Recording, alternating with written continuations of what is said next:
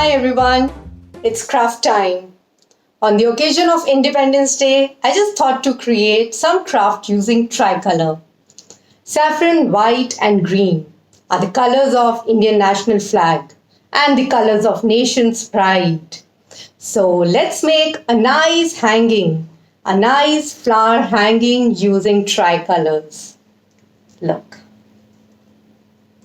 For making this hanging, we need 8 strips of each color of different sizes. So let's start.